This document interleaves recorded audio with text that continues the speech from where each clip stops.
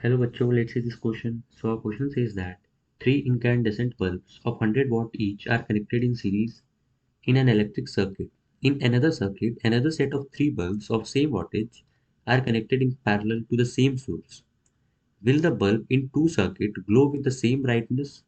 Justify your answer. Now let one bulb in both the circuit get fused.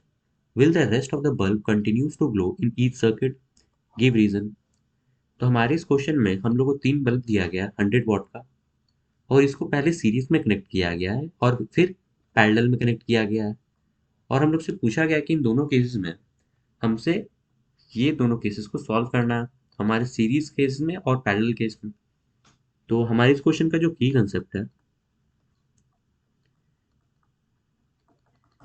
तो जो पहला की concept है वो है हमारे पावर का फॉर्मूला, जो कि power is equal to voltage square upon resistance. इसी कंसेप्ट को हम यूज करेंगे अपन इस क्वेश्चन को सॉल्व करने के लिए। तो हमारा जो पहला केस है उसमें तीन बल्ब लगाए गए हैं सीरीज में और हम सोर्स मान लेते हैं कि वी वोल्ट का।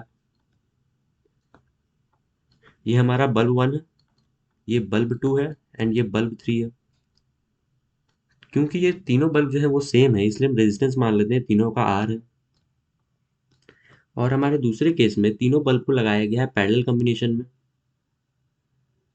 ये पहला बल्ब, ये सेकेंड बल्ब एंड ये थर्ड बल्ब, और इसको सेम सोर्स से कनेक्ट किया गया है यानी हमारा वी वोल्ट बैटरी से।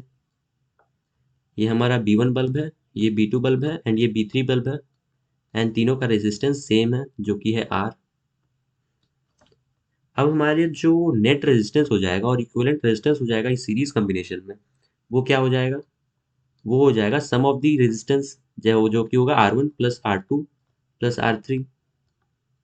तो ये आ जाएगा हमारा R plus R plus R, यानी सीरीज में हमारा इक्विवेलेंट रेजिस्टेंस होगा 3R एंड पैरेलल में हमारा जो इक्विवेलेंट रेजिस्टेंस होगा वो हो जाएगा 1/R1, जो कि है हमारा R, plus 1/R2 plus 1/R3 जो कि हमारा R है, तीनों सेम है।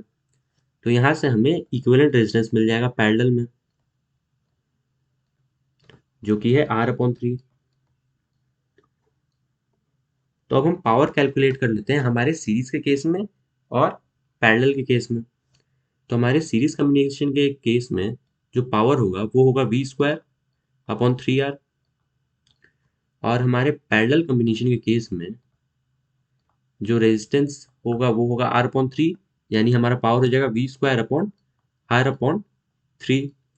तो हम यहाँ से देख सकते हैं कि हमारा जो पावर है पैरेलल केस में वो बड़ा है हमारे जो पावर है वो सीरीज केस में।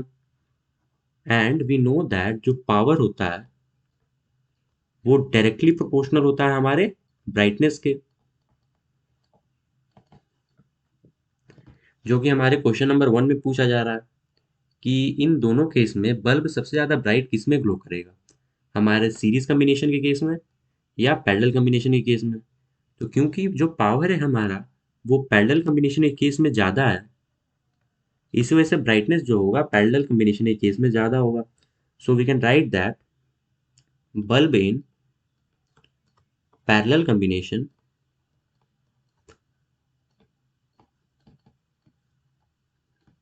will glow more or will have more brightness.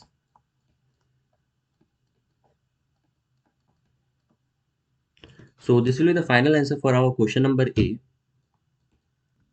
तो ये हमारे क्वेश्चन नंबर ए का करेक्ट आंसर हो जाएगा। अब हम देखते हैं अपन क्वेश्चन नंबर बी को। दैट सेज कि now one bulb in both the circuit get fused. तो हम मान लेते हैं कि जो हमारा B1 बल्ब है वो दोनों सर्किट में फ्यूज हो जा रहा है। ये मान लेते हैं कि ये बल्ब हमारा फ्यूज हो गया है एंड इस केस में हमारा ये B1 बल्ब फ्यूज हो गया है। तो अब पूछा जा रहा है कि अब दोनों केस में जो बल्ब होगा वो ग्लो करते रहेगा या नहीं, और हमें इसका रीज़न देना है। तो हम देख सकते हैं यहाँ पे अगर बी बल्ब फ्यूज हो गया, B1 बल्ब हमारा, तब यहाँ पर सर्किट ब्रेक हो जाएगा, यानी यहाँ से अब कोई करंट फ्लो नहीं हो सकता। यानी कोई करंट फ्लो नहीं होगा तो B2 बल्ब भी हमारा ग्लो नहीं करेगा और B3 बल्ब भी ग्लो नहीं करेगा। पर जब पैरेलल कॉम्बिनेशन के केस में है, वो यहाँ से जब करंट आता है वो तो डिस्ट्रीब्यूट हो जाता है तीनों ब्रांच में, यहाँ से I1, यहाँ से I2 एंड यहाँ से I3।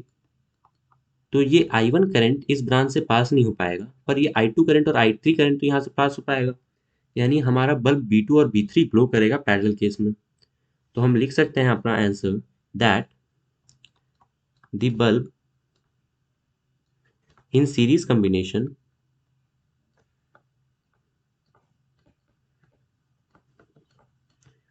will stop glowing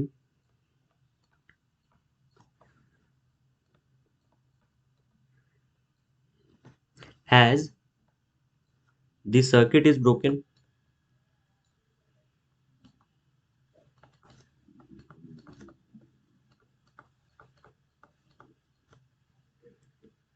However, the bulbs in parallel combination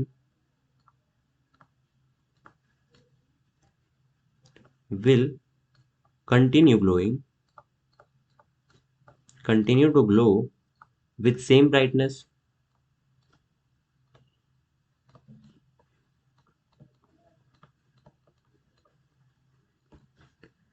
और हमने अपना एक्सप्लेनेशन यहाँ बता दिया था. So this will be the final answer for our question number B. Hope you got this well. Best of luck.